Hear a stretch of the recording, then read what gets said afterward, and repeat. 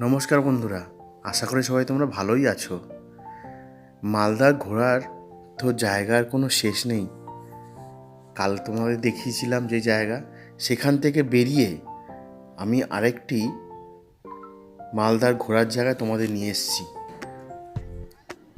এটা হচ্ছে চিকা মসজিদ। সুলতান ইউসুফ শাহ 1475 সালে চিকা মসজিদ নির্মাণ করেন।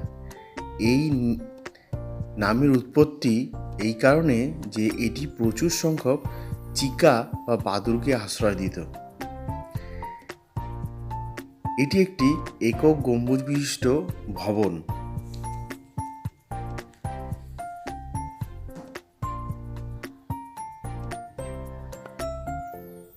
যা এখন প্রায় ধ্বংসপ্রাপ্ত। দেওয়ালে সুন্দর অলঙ্কৃত খোদাই এবং সুন্দর দরজা।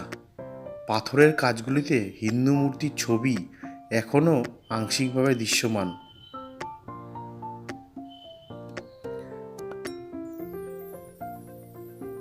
মসজিদটি হিন্দু মন্দির স্থাপত্যের নিদর্শন বহন করে।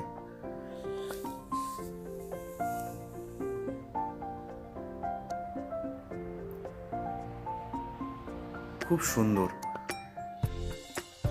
চোখ জুড়িয়ে যায়। এত পুরনো ঐতিহ্য এখনও আমাদের ভারতবর্ষে বহন করে। আপনারা দেখবেন, ঘুরে আসুন, খুব ভালো লাগবে। এরকম অনেক মসজিদ আছে, আপনাদের তাও ঘুরে দেখাবো। দেখতে থাকুন, খুব ভালো লাগবে। ভালো লাগলে অবশ্যই চ্যানেলটি লাইক, শেয়ার অ্যান্ড কমেন্ট তো অবশ্যই করবেন। ভালো লাগলে সাবস্ক্রাইব করবেন। দেখুন, খুব ভালো লাগবে। টাটা।